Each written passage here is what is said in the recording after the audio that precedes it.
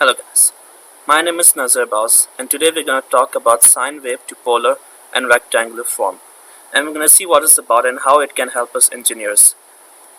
So, why do phasors exist?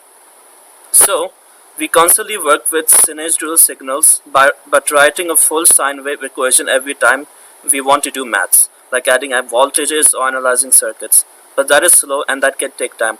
That is why we use two compact representations, polar form and rectangular form. So let's go into a deep dive into it. So, a sine wave.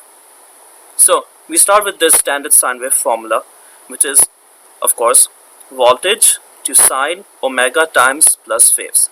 This describes a voltage that oscillates over time, where voltage is the peak amplitude, omega is the angular frequency, and phase is the phase shift.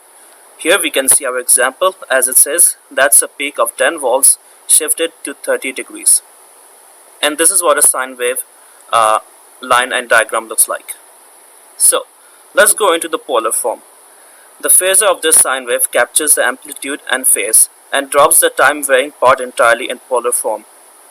And we write it as 10 angle at 30 degrees. The magnitude is 10 and the angle is at 30 degrees. It is simple and perfect multiplication and division, and that is what it helps for. Next on, we'll go for the rectangular form. Now let's convert this to a rectangular form which breaks the phasors into real and imaginary parts. Here we can see the two difference. First one, we have the real part which shows cos phase equals to 10 cos with degree of 30, which of course equals to 10.8.866, which of course then equals to 8.66. Then we have the imaginary part. It's the same thing, and a cone goes to equals to 10.0.5, which equals to 5. So in rectangular form, this will be voltage equal 8.66 plus J5. Now here we can see a good comparison between the polar and rectangular methods. So the polar is great for multiplication and division, whereas the rectangular part is great for addition and subtraction. So, in conclusion, the phasor let us work with sinusoidal signals using simple algebra instead of calculus.